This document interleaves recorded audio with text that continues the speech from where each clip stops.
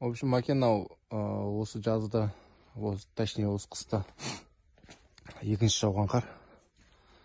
Где-то бір 20 сантиметрдей жауды. Мына естір.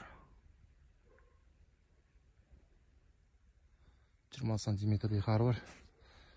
Қазір аяқтың қарларын күреп тастадым.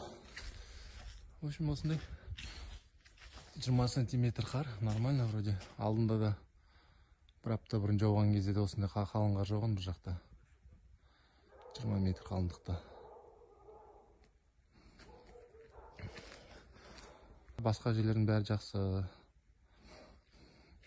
Мынау қар жауса, сәл күн жылыса, резко ағып кетеді екен бәрі, сырғанап кетеді екен төбесінен қаршы.